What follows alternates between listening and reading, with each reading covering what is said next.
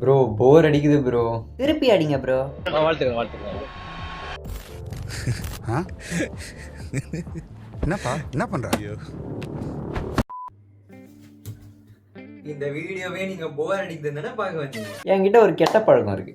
சின்ன வயசுலேருந்தே எல்லா விஷயமும் எனக்கு ஈஸியாக போர் அடிச்சிடும். ஒரு 10 செகண்ட் நான் ஒன்றும் பண்ணலன்னா போர் அடிக்குதுமா, போர் அடிக்குதுன்னா புக் எடுத்து படி. எல்லாம் அப்படியே ஒரு மாதிரி ஜாலியாக இருக்க மாதிரி தான் இருக்கும்.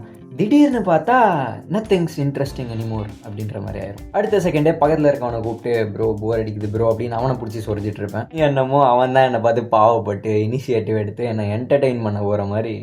பட் இனிமேல் அப்படி அவனையும் டிஸ்டர்ப் பண்ண வேணாம் அப்படின்னு சொல்லிட்டு ஒரு முடிவு எடுத்திருக்கேன். ஏன்னா நான் இந்த போர்டம் அப்படின்ற விஷயத்தை பற்றி படித்தேன், நிறைய வீடியோஸ் பார்த்தேன்.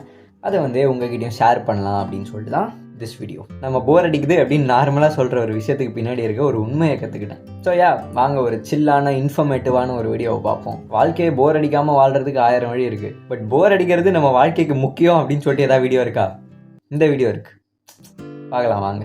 It's really simple. நமக்கு 2 சுச்சுவேஷனில் தான் போர் அடிக்கும். ஒன்று, நம்ம மைண்ட் எம்டியாக ஃபீல் பண்ணும்போது, வாழ்க்கையில் ஒரு கண்டென்ட்டே இல்லை, ஒரு டேரக்ஷனே இல்லை, என்னடா இது வாழ்க்கை அப்படின்னு தோணும்ல, அந்த மாதிரி சுச்சுவேஷனில் போர் அடிக்கும். அண்ட் 2வது, மைண்ட் அப்படியே ஃபுல்லாக இருந்தோம் நம்மளால் ஒன்றுமே பண்ண முடியாத மாதிரி ஒரு சுச்சுவேஷனில் மாட்டிக்கிட்டு இருப்போம்ல. ஃபார் எக்ஸாம்பிள், எப்படா காலேஜில் பெல் அடிப்பான், எப்படா வீட்டுக்கு போகலாம், எப்படா அடுத்து ஏதாவது க்ரியேட்டிவாக பண்ணலாம் அப்படின்னு சொல்லிட்டு நான் வாட்சை பார்த்துக்கிட்டு உட்காந்துருப்பேன் கிளாஸில்.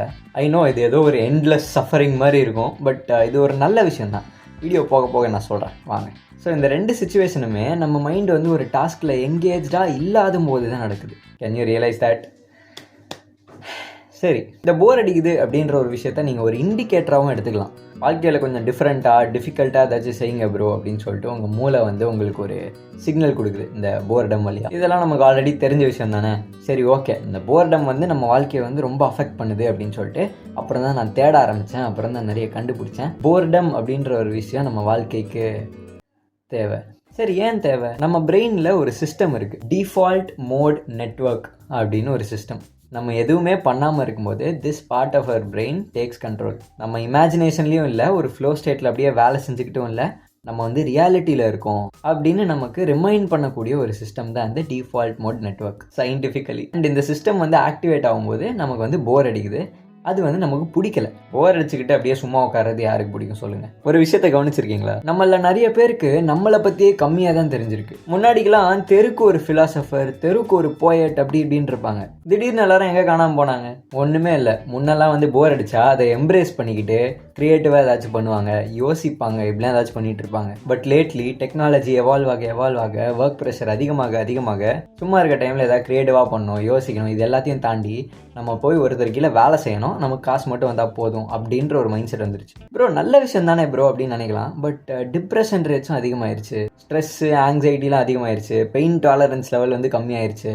நோட்டீஸ் பண்ணிங்களா? இன் சிம்பிள் டேர்ம்ஸ், நமக்கு இந்த போர் அடிக்கிறது அப்படின்ற ஒரு கான்செப்ட் இல்லைன்னா we would all be depressed. இது என்னடா புது கதையாக இருக்குது? ஏன் இந்த ஜென்ரேஷனில் எல்லோரும் டிப்ரெஷனில் இருக்கேன்னு சொல்லி சுற்றுறாங்க? Because they are constantly consuming.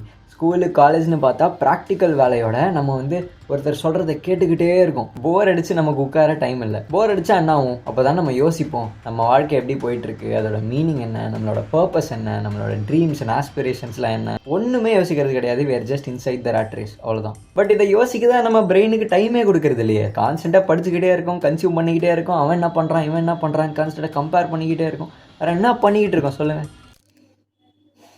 சரி, ஜென்ரலாக வீட்டில் இருக்கும்போது என்ன பண்ணுறோம்? சின்ன வயசில் அங்கங்கே சுற்றுவோம், ஏதாச்சும் க்ரியேட்டிவாக பண்ணுவோம், ஒரு டிராயிங் வரைவோம், ஒரு பாட்டு எழுதுவோம், இந்த ஒரிகாமிலாம் பண்ணிக்கிட்டு இருப்போம். Reels and shorts all over. காலையில் காலேஜ் பஸ்ஸில் ஸ்க்ரோல் பண்ண ஆரம்பித்தவன் நைட்டு தூங்குறதுக்கு முன்னாடி இன்னும் ஒரே ஒரு ரீல் அப்படின்னு சொல்லிட்டு ஒரு 300 ரீலை பார்த்துட்டு தூங்குறான். ஹார்வர்டில் இருக்க ஒரு ப்ரொஃபஸர் ஆர்தர் சி புரூக்ஸ் அப்படின்றவர் என்ன சொல்கிறாருன்னா, ஒரு நாளைக்கு 15 நிமிஷம் எதுவும் பண்ணாமல் சும்மா உட்காருங்க, உங்கள் லைஃப்பில் கண்டிப்பாக ஏதாச்சும் ஒன்று மாறும் அப்படிங்கிறாரு. நீங்கள் அடுத்த வேலையை போய் பார்க்கும்போது இப்படி சும்மா உட்காரதோட அந்த வேலை செய்கிறதே மேல் அப்படின்ற ஒரு ஃபீலிங் வரும்.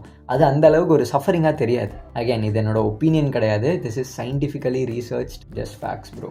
உங்கள் ஸ்கூலோ காலேஜோ வேலையோ என்னவாக இருந்தாலும் சரி, நீங்கள் அதை செய்யும்போது சும்மா உட்கார்றதோட இது பெட்டர் அப்படின்ற ஒரு ஃபீல் உங்களுக்கு கிடைக்கும். அதேமாரி நீங்கள் சும்மா உட்காந்திங்கன்னா உங்கள் வாழ்க்கையோட பெரிய பெரிய கேள்விகளுக்கெல்லாம் இந்த சும்மா உட்கார அந்த 15 நிமிஷம் 10 நிமிஷம் உங்களுக்கு ஆன்சர் கிடைக்கும் அப்படின்னு அவர் சொல்கிறாரு. ஸோ இதெல்லாம் நடக்கணும்னா ஃபோன் எடுத்து கீழே வச்சுட்டு யோசிங்க. நமக்கு தேவையான எல்லா ஆன்சரும் இன்டர்நெட்லேயே கிடைக்காது.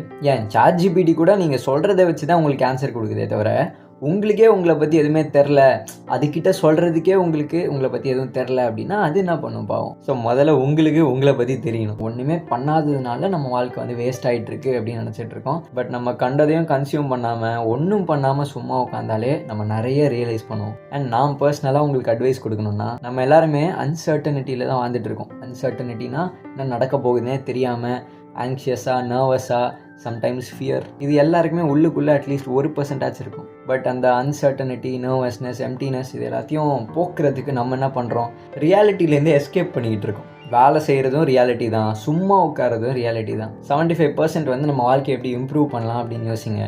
ஒரு 15% வந்து என்டர்டெயின்மெண்ட், ஹாபீஸ் அப்படின்னு எல்ஸ் பண்ணுங்கள். அண்ட் மிச்சம் இருக்க அந்த 10% போர்டமை வச்சு உங்கள் வாழ்க்கையை பேலன்ஸ் பண்ணி பாருங்கள். சடன்லி உங்களோட நர்வஸ்னஸ், ஆங்ஸைட்டி எனிவேஸ், வீடியோவோட கன்க்ளூஷனாக நான் என்ன சொல்கிறேன்னா, போர் அடித்தா தப்பு இல்லை ப்ரோ. நம்ம பிரெயினுக்கு இந்த டீடாக்ஸ் அப்படின்னு சொல்கிறாங்கல்ல, இந்த டீடாக்சிஃபையிங், க்ளீனிங், அந்த மாதிரி நம்ம பிரெயினுக்கு வந்து ஒரு க்ளீனிங் ப்ராசஸ்.